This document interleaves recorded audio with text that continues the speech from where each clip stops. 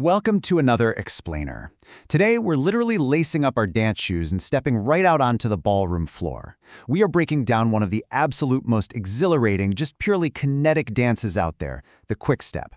If you've ever watched a ballroom competition, heard that relentless 50 beats per minute tempo and thought, wow, how are they practically floating across the room at lightning speed in a blur of swishing gowns? Well, you are in the exact right place. Okay, let's dive right into this. Have you ever wanted to just effortlessly skim across a dance floor? Because that is the exact promise of the Quickstep.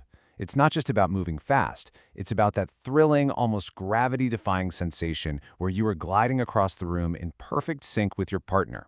So today, we're taking a really close look at a fantastic guide from Dance Chicago to uncover exactly what this dance is, how the mechanics work, and most importantly, who it's actually best suited for.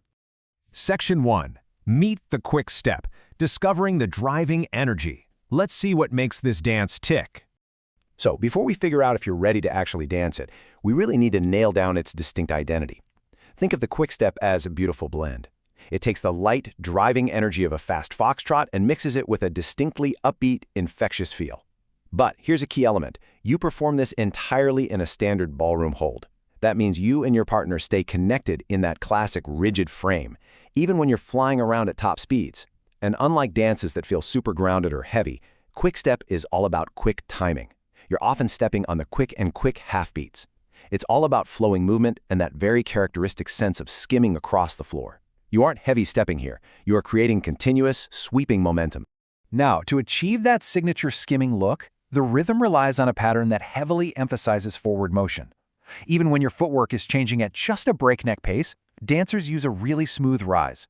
You're basically pushing up through the balls of the feet and the ankles, followed by a strong release right into the steps. It's this continuous upward and forward momentum, rather than, just marching around flat-footed, that gives dancers that crisp, showy line we all absolutely love to watch. It truly is poetry in motion. Moving on to Section 2. Is it for you? The beginner's dilemma. Let's do a little self-assessment here. Now, what's really interesting about this slide is the kind of person who thrives here. You might actually be testing your dance frame in the mirror right now, wondering if you're ready for such a visually demanding style. Well, beginners are deeply drawn to this specific rhythm for a few really clear reasons. If you are energized by upbeat music and you crave a dance with a clear structure, this is totally for you. If you love the whole idea of dancing in pairs, mastering those rhythmic counts like slow, quick, quick, slow, and gradually building your confidence through dynamic turning and traveling sequences, Quickstep offers a massive payoff. It is highly structured, but honestly, it's just wildly fun. But hey, let's be entirely honest about the flip side of the coin here. The main challenge comes down to two things: speed and coordination. Quickstep is definitely not the easiest ballroom dance to pick up on day one. Because it's so fast, often pushing past 200 beats per minute, which is wildly fast, absolute novices often find it incredibly tough. You have to coordinate your footwork, maintain consistent physical contact with your partner, and keep your timing perfectly accurate as the speed inevitably cranks up. If you're not careful, there is a real danger of just ending up in a chaotic tangle of feet. So, how do you decide where you belong right now? Consider this handy rule of thumb. If you are already fairly comfortable with basic steps, and you can follow rhythmic counts without constantly rushing the beat, you're likely ready. You can jump in. But if you're still sweating over basic balance, holding a steady partner frame, or just staying on tempo without tripping over yourself, you should probably start elsewhere first. You might actually benefit greatly by trying a slower foxtrot, maybe a waltz, or just beginner rhythm-focused classes to build that absolutely essential foundation. Section 3, your first lesson: demystifying the classroom experience. So, if you've passed the mirror test and decided to take the plunge, just take a deep breath. We are going to intentionally slow our pace down right here, because honestly, most beginner Quickstep classes do not start at top speed. Not at all. It is entirely about building the foundation before moving fast.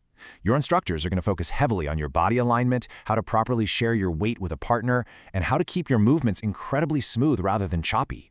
You absolutely have to make the dance look right before you ever try to make it fast.